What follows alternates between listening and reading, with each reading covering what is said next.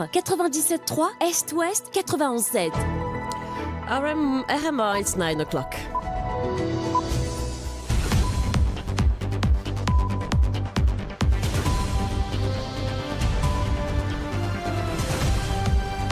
The news with Eris Stewart. Good morning, Eris. Good morning, Sophie. We start with the headlines. Wastewater discharge confirmed at Pointe-aux-Sable Beach following complaint lodged. 80 scouts join International Youth Day beach cleanup drive while voicing out their concerns. Financial Crimes Commission warns public about fake police email scam currently making the rounds. Mauritius intends to revise its energy strategy, pushing 60% renewable energy target to 2035. In world news, UN and EU media condemn killing of Al Jazeera journalists in Gaza. And in sports news, roundup of CJSOI games sees Mauritian athletics win 34 medals, including 11 gold. Environmental concerns have been raised in Pointe-aux-Sable after local resident Alain Malherbe reported on Facebook that wastewater, possibly containing human waste, was being discharged onto the beach and into the sea. He claims the sand had even changed color, causing discomfort to residents. Following a complaint, the environmental police visited the site and confirmed that a factory was indeed releasing wastewater into the area. Nyama Naranaradi tells us more. On Thursday, August 7, the environmental police reported having been alerted that a biscuit factory in Pointe-aux-Sable was discharging wastewater into the sea. On site, officers confirmed the situation and issued the factory with a fine of 25 rupees under the Environment Act. However, the company allegedly refused to accept the fine and the case is expected to be brought to court. The following day, Friday, August 8, a follow-up inspection showed that no discharge was taking place, but according to the authorities, the damage had already been done. This case has also been taken up by the Ministry of Environment. For its part, the governmental police continues to monitor the situation closely. And staying in Pointe-aux-Sable, a team of 80 young scouts went to the beach for a cleanup operation.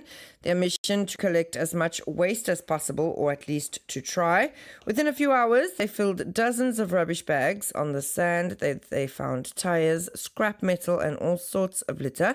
Michael Etienne, president of the Scouts Youth Council, spoke about the situation.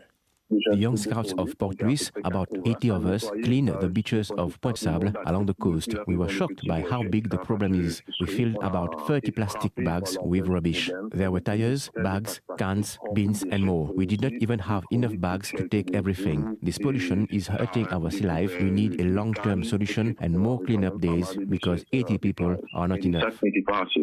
And as the world marks International Youth Day today, these young people have voiced their concern also about seeing their beach turn into a dumping ground. This year's focus is on sustainable development and the unique role young people play in their communities. We hear from Darrell Céline, a scout from Port Louis who regularly takes part in cleanup operations in the region. As a young person, I feel sad when I see people throw rubbish and pollute. I am proud to help stop pollution. This should not be something we are forced to do. It should be natural. We must work together, pick up rubbish, protect nature. Thanks to Didier Rose for his voiceover on the commentary. And moving to the Financial Crimes Commission, who is warning the public after an email dated 8 August allegedly sent by the Mauritius Police Force and signed in the name of the Chief Legal Advisor of the Police Force's Legal Division is currently circulating. It includes an attachment dated August 2025 with forged seals and signatures. The message refers to a court order concerning illegal access to child pornography websites and demands a response within 24 hours, failing which legal action would be taken. The FCC confirms this is a scam and urges the public to report any suspicious communication to the police and the FCC.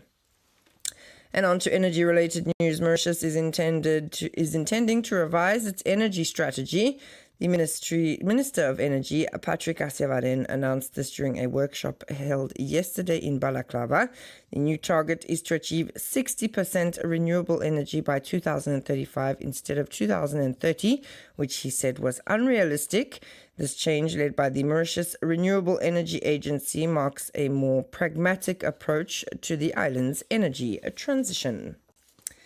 And finally, a recent appointment that has sparked much discussion. Frédéric Curé was appointed chairman of Airports Holdings Limited on 8 August, according to the company's official website. While some industry experts believe he has the necessary qualities for the role, others have raised concerns about his close ties with Deputy Prime Minister Paul Béranger. Didier Rose tells us more.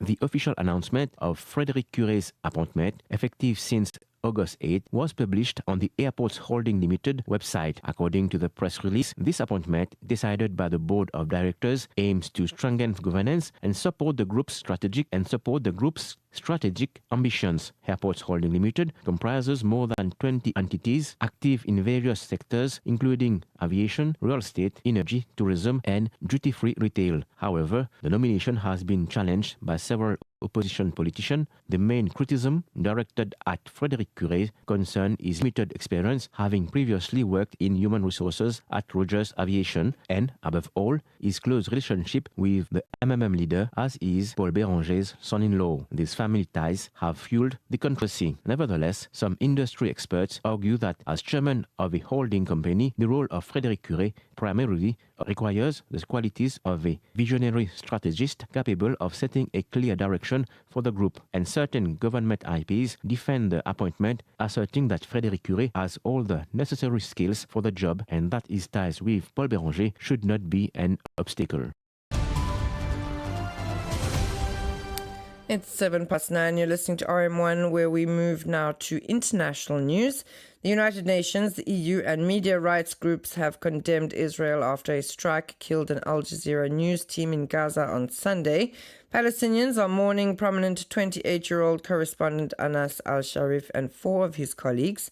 Mourners, including journalists in flak jackets, carried the bodies wrapped in white shrouds through narrow alleys to their graves. Israel confirmed it had targeted Sharif, accusing him of being a Hamas militant posing as a journalist.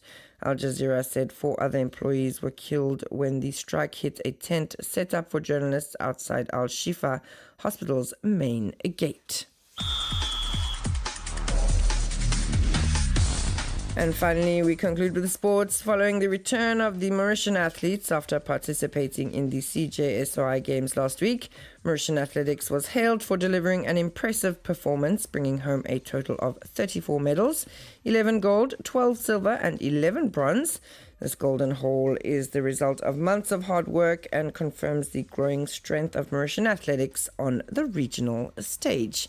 That's all from me this morning. Thanks so much for tuning in. Stay tuned now to the Intermediate playlist until 10 a.m.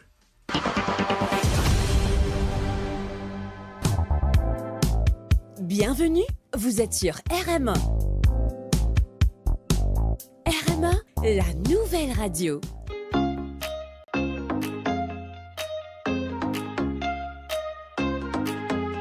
You said it's a game, 'cause you know that I'm a skeptic, acting all defensive. I can't be hurt again, all the same.